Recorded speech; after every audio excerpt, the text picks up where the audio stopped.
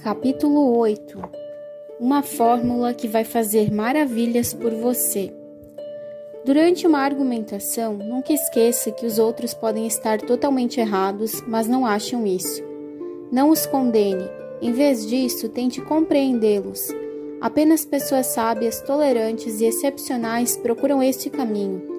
Existe uma razão que leva o outro a pensar e agir de certo modo. Descubra o motivo e você entenderá os atos e talvez a personalidade dele. Ou seja, tente com toda a honestidade se colocar no lugar da outra pessoa. Se você se perguntar como se sentiria, como reagiria no lugar do outro, poupará tempo e evitará se irritar à toa, pois quando nos interessamos pela causa, ficamos menos propensos a ter antipatia pelo efeito. Além do mais, fazendo isso, você desenvolverá sua habilidade em relacionamentos interpessoais. Em seu livro How to Turn People into Gold, Como Transformar as Pessoas em Ouro, Kenneth M. Gould diz: pare um minuto para contrastar seu interesse agudo em seus próprios assuntos com sua preocupação mínima em relação a tudo mais. Perceba que o mundo inteiro também se sente exatamente desse modo. Ao fazer isso, assim como Lincoln e Roosevelt, você terá compreendido qual é a única fundação sólida para os relacionamentos interpessoais. Ou melhor, descobrirá que, para ser bem-sucedido ao lidar com pessoas, é preciso captar com empatia o ponto de vista do outro.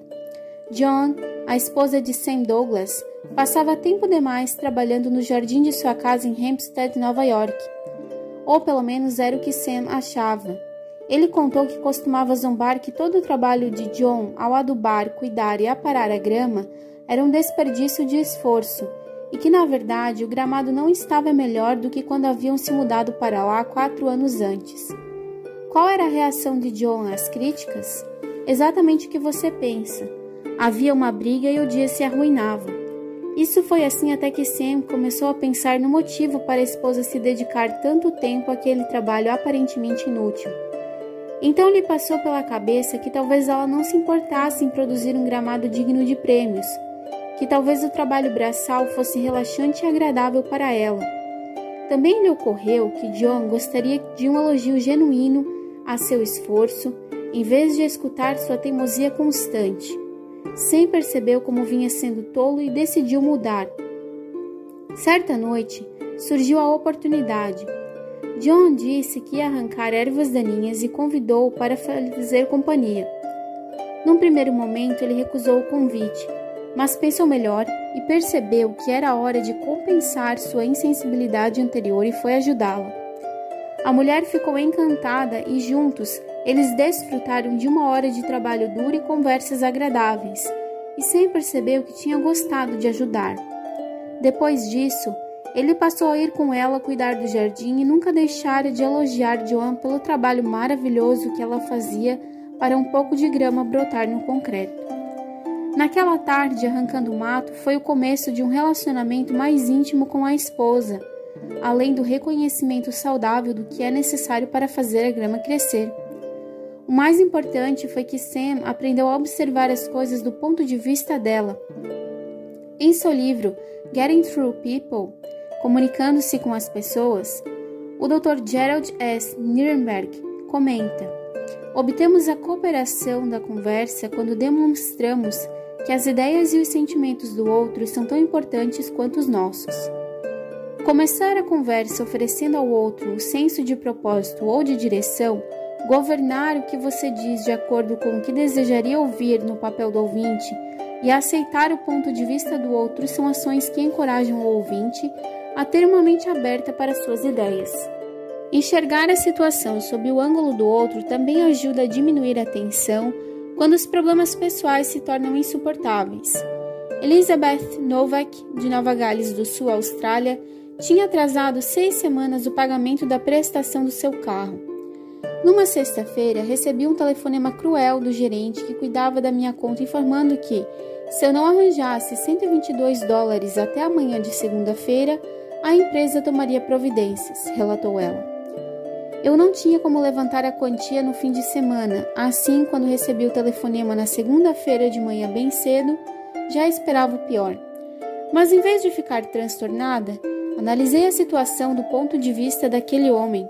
Pedi desculpas muito sinceras pelo enorme inconveniente e disse que devia ser sua cliente mais problemática, pois não era a primeira vez que atrasava o pagamento.